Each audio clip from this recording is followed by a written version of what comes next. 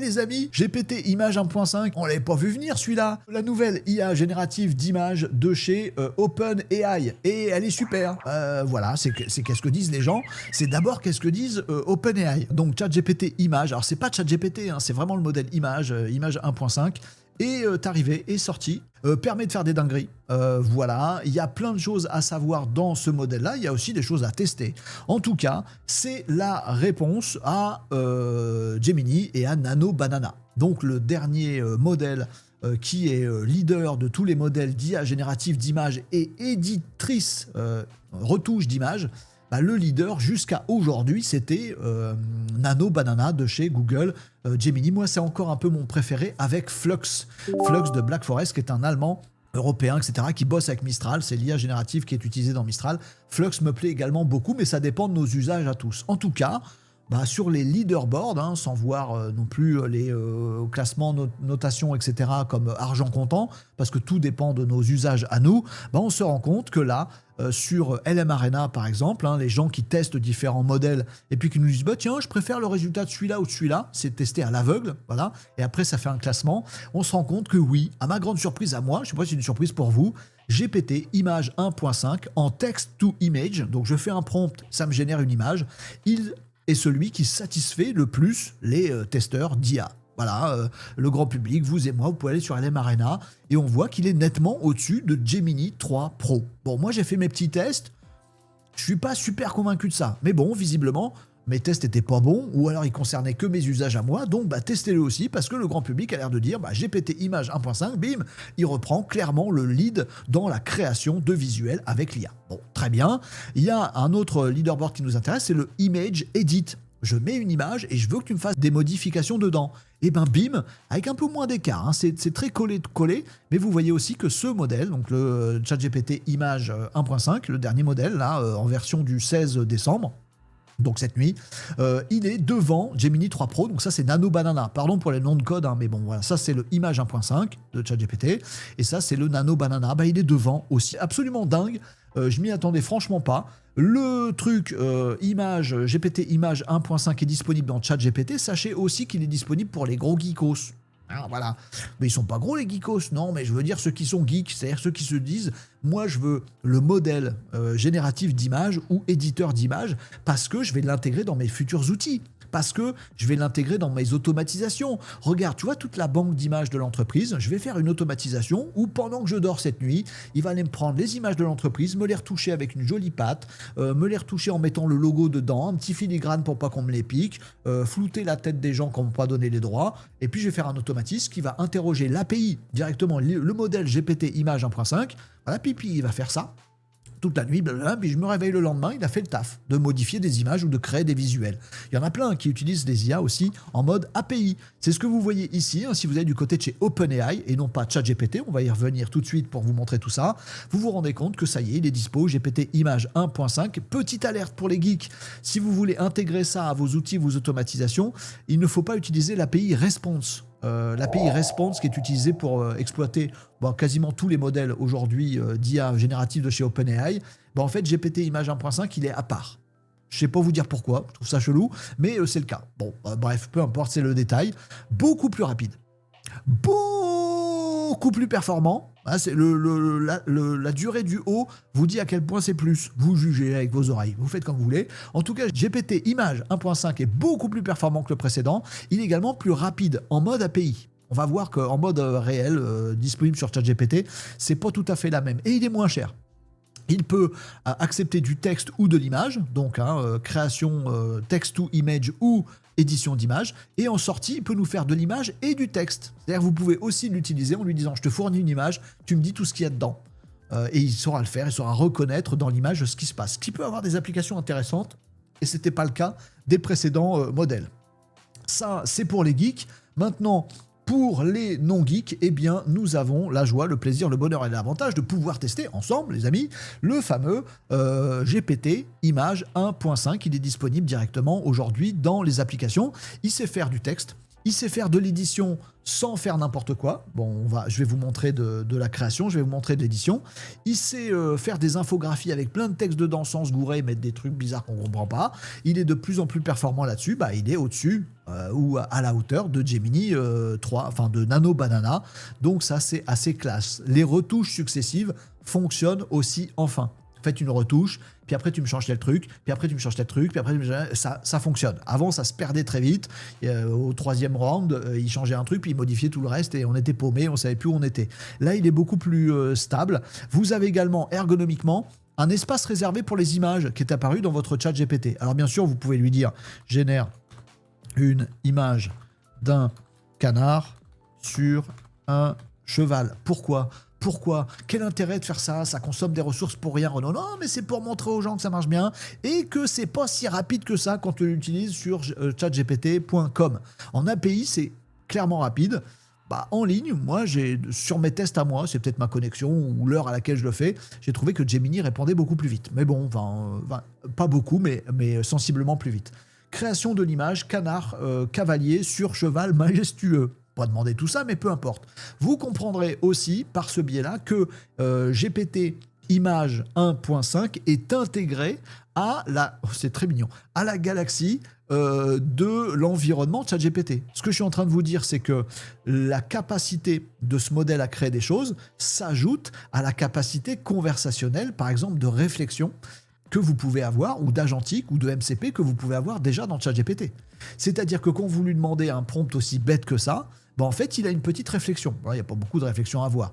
Mais si vous lui dites, par exemple, tiens, explique-moi, fais-moi une infographie sur le paradoxe d'Aristote, il vous fait pas une infographie où c'est marqué paradoxe d'Aristote. Non, il va d'abord chercher des infos sur le paradoxe d'Aristote, ensuite il va réfléchir sur comment on peut symboliser ce truc-là, combien de visuels faut faire dans une seule infographie, combien de parties il faut avoir, puis il appelle GPT Image 1.5 pour vous faire une bonne infographie. Vous voyez la puissance du truc, hein. On commence à avoir plein de pièces du puzzle de plus en plus performantes, thinking, modèle, image, machin, etc. Et tout ça, ça semble. Et c'est plutôt pas mal. Et c'est le cas aussi sur tout ce qui est compréhension d'image. Je te file une image, tu comprends tout ce qu'il y a écrit dedans, tous les dessins qui sont dedans, et tu m'en fais une retranscription. Ça, il sait le faire. Voilà, il va vous le mettre dans votre conversation sur ChatGPT. Et puis ensuite, vous lui dites, maintenant, tu me fais une illustration de la même chose pour un enfant de 5 ans. Ah bon, alors attends, je traduis tout ça pour qu'un enfant de 5 ans comprenne. Puis ensuite, je ferai des visuels avec Image 1.5. Vous voyez, tout ça, c'est intégré dans la galaxie. Intégré à tel point que vous avez donc cette nouvelle rubrique qui est apparue dans votre chat GPT, qui est la rubrique images. Alors avant, on avait un petit bandeau qui mettait les différentes images qu'on avait générées. Là, maintenant, c'est une rubrique complète qui va nous accompagner. Alors vous avez ce petit bandeau là que moi je trouve un peu pimpin, mais il est aussi disponible quand vous faites un nouveau chat ici. Si vous voulez forcer le modèle à utiliser Image 1.5, là vous voyez que ça marche très bien sans que j'ai rien fait en lui disant génère-moi une image. Mais si vous dites juste un canard sur un cheval, il va pas lui forcément comprendre que ce que vous voulez c'est un visuel. Bon. Donc, vous pouvez aussi forcer le modèle. Vous allez dans le petit plus et vous dites « je veux créer une image ». OK. Et là, quand vous faites ça, vous avez un petit bandeau qui vous dit « tiens, il y a plusieurs styles qui sont possibles ». Alors, si c'est juste une façon pour vous de faire la photo du patron en différents styles, bon, faites-le 3-4 fois pour tester, mais pas forcément plus, et faites vos prompts élaborés et évoluer là-dessus. En tout cas, on a aussi cette rubrique images qui est ici, qui va vous montrer aussi des petites indications, des petites idées que vous pourriez avoir, avec un joli fond pastel chelou derrière, et puis vos différentes créations d'images. Alors je vous en montre quelques-unes. Le fait de pouvoir, en effet, ça y est, enfin, ça c'est un test qu'on fait tout le temps, fais-moi une horloge qui indique 6h15, ça il sait le faire. Avant, il n'y arrivait pas, parce que toutes les images de référence, elles indiquaient 10h10, parce que toutes les photos de pendules, elles sont à 10h10, il savait que faire 10h10. Maintenant, il comprend. Le modèle est plus intelligent. Il comprend que 6h15, ça veut dire une petite aiguille là, une grande aiguille là. Oh, dis donc. Alors que c'est pas forcément des images de référence. Bien joué. Dans l'édition, mets-moi ça dans un salon, s'il te plaît. C'est exactement la même horloge, il ne l'a pas dénaturée, et elle se retrouve dans un salon, et ça, c'est plutôt cool. Vous voyez, l'image est parfaite, je peux vous la mettre en grand, mais elle est absolument parfaite. Idem en termes d'édition, maintenant, s'il te plaît, tu me changes le vase, les fleurs dans le vase, je les veux rouges et pas blanches. Voilà, et hop, il me change uniquement ça, et j'ai bien vérifié dans le détail, même des feuilles du ficus et tout le bastringue, il n'a rien changé d'autre, et dans l'édition, il est beaucoup plus fort qu'avant. Il y a ce genre de choses également, le fait de pouvoir mettre des... ça, c'est un test que je fais très régulièrement, de faire des infographies. Je lui ai demandé de me faire une infographie sur le paradoxe des roues d'Aristote. Alors, c'est un test qui est très compliqué à symboliser. C'est très compliqué le test d'Aristote parce qu'il faut comprendre qu'il y a 2 roues sur un axe avec des bases à différents niveaux et qu'il y a une roue qui tourne et une roue qui glisse et symboliser tout ça. Même un humain, je ne saurais pas comment le symboliser si vous voulez. Donc il se gourre un peu. Il me fait une roue plate alors qu'elle n'est pas censée être là. Peu importe, vous irez vous renseigner si vous aimez la culture et ce genre de choses sur le paradoxe des roues d'Aristote. Là, après, il me fait des bouboules parce qu'il n'y arrive plus. Mais bon, en termes de visuel, de texte, de joliesse, tout ça, ben il le fait vachement bien, avec des petites flèches qui indiquent bien les choses, avec des sous-titres de ce qu'il me montre, avec des petits visuels, avec de la patte graphique. Enfin, franchement, il est vraiment bluffant par rapport aux anciennes versions des outils, des IA génératives d'images de chez OpenAI. Au niveau de Gemini, bah, vous jugerez en fonction de vos usages. Moi, j'ai remarqué aussi que sur certains tests, il se vautrait. Voilà, ça c'est le fameux test du verre de vin rouge totalement rempli jusqu'à ras-bord. C'est ça que je lui ai demandé. Nano Banana sait le faire. Lui, sait pas le faire. Vous allez me dire, qu'est-ce que je m'en fous pour faire une photo d'image, une photo de verre de vin rempli à ras-bord tous les 4 matins. Vous avez raison, ça dépend. J'ai essayé de tester son intelligence, entre guillemets, en lui demandant un test que j'avais fait aussi avec Nano Banana. Tu me fais un jeu d'échecs, un échiquier en acajou, dans lequel il y a eu un mouvement fait par les blancs. C'est ça que je lui ai dit. Il m'a donc fait un bon échiquier. Alors, pour le coup, Nano Banana le fait très bien ça. Mais vous voyez, il faut comprendre ce que c'est qu'un échiquier. Faut pas se gourer dans les pièces et dans les chiffres et dans les lettres, etc. Puis, il faut comprendre ce que c'est qu'un mouvement. Bah, qu'est-ce qu'il peut y avoir comme mouvement, mais qui en est qu'un seul et que ça dénature pas le reste. C'est très compliqué à faire. Il s'est vautré. Il m'a supprimé une pièce. Il y a madame qui a l'air d'être une tour. Les cavaliers, ils ont disparu. Les lettres ici, c'est n'importe quoi. 2 A, S, C, B, R, machin. Il s'est vautré. Et puis, il m'a supprimé une pièce. Mais bon, sur le mouvement, il a fait au moins un bon mouvement ici. Il n'a pas été super bon. La suite du test, échec de Nano Banana aussi, mais encore plus échec, aux 2 sens du terme, de notre petit image 1.5 que vous voyez ici, puisqu'il n'a plus rien compris. Il m'a fait une tour dégoulinante. Il m'a mis un fou ici, alors qu'il n'est pas... on ne sait pas ce que c'est, bref, un pion. Oh, je ne sais pas. Bref, il a fait un peu n'importe quoi là-dessus. Il n'est pas non plus nul en compréhension puisqu'il m'a fait ce test-là, qui est aussi un de mes tests préférés pour les IA génératives d'images. Représente-moi, fais-moi une carte des États-Unis avec les équipes de NBA, avec leur logo dessus. Il ne faut pas se gourer sur les logos. Là, sur ça, GPT Image 1.5, il est vraiment plus fort que Nano Banana. Vous voyez, donc ça dépend vraiment des usages. Il m'a respecté quasiment tous les logos. Alors, il y en a qu'il a quand même trituré. Il en triture quand même quelques-uns.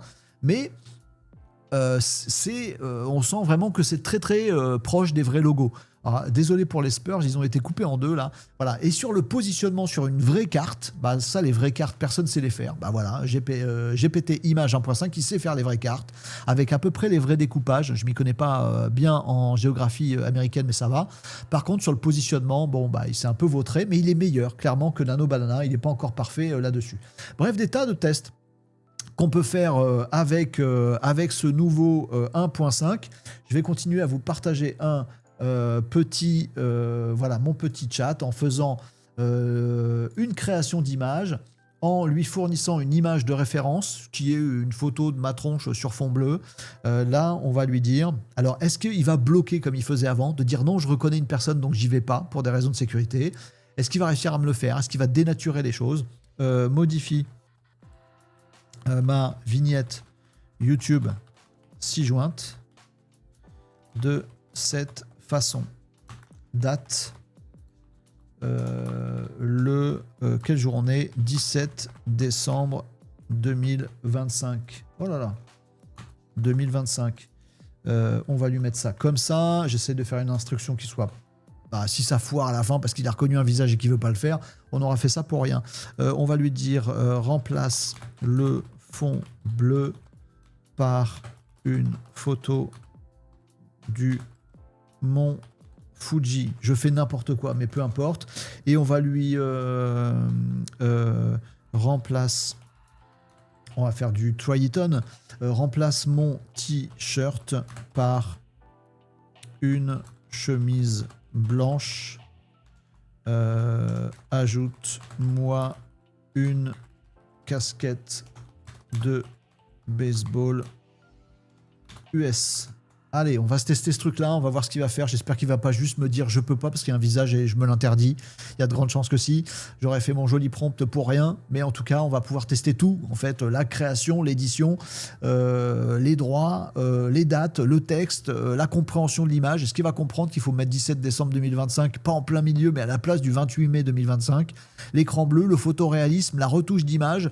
Garder ma posture tout en me mettant une chemise et une casquette et tout ça. Le suspense est à son comble et on va voir aussi que il n'est pas si rapide que ça. Est-ce que je vous ai tout dit sur l'API? Je relis mes petites notes pour voir si j'ai tout vous dit. Meilleure compréhension du prompt, hein, tout ça.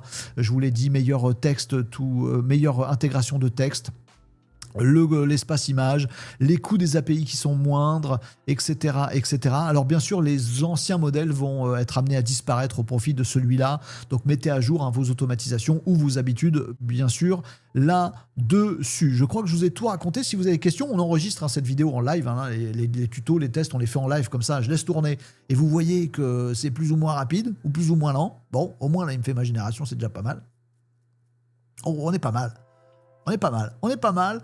On est pas mal, on l'affiche en grand. Donc l'image de référence, c'était celle-là. Ma tronche, ma tête chelou, mes mains, le micro qui est devant, la main qui ressort ici, ActuTech, 28 mai 2025. Il y a une légère ombre et la police, c'est exactement celle-là. Et ben, il m'a repris la même police. On va l'afficher en grand. Écoutez, c'est moi, je suis pas dénaturé. J'ai bien une chemise blanche. Il m'a coupé par contre le début. Voilà, mais sinon il a bien respecté et la graphie et les polices. Il m'a réussi à me faire un 17 décembre 2025 exactement au bon endroit. Il a compris. La photo du mont Fuji, elle est parfaite derrière. On dirait qu'il a récupéré une photo d'une banque d'images. Pas du tout, c'est de l'IA générative. Bref, il est au taquet là-dessus. Je constate au passage qu'il m'a fait les yeux bleus, que ça me va très bien, mais que j'ai toujours pas les yeux bleus, alors que je lui ai pas demandé de changer mes yeux. Ah, faudrait bien que je trouve un petit défaut quelque part quand même. Bon, enfin, assez bluffant ce multitest en un, et en tout cas, GPT Image 1.5 qui sera, à mon avis, à tester par vous, les amis.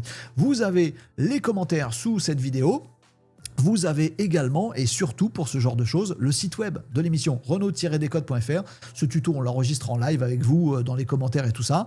Le Triton, du coup, ça y est, vous me le dites en commentaire, on vient de le tester, on m'a mis une chemise, ça a l'air d'être pas mal. Ah si, il y a un petit truc que j'ai oublié de vous dire, tiens, j'y pense maintenant avec le Triton. Je laisse le Renault Décode, ça va infuser comme ça.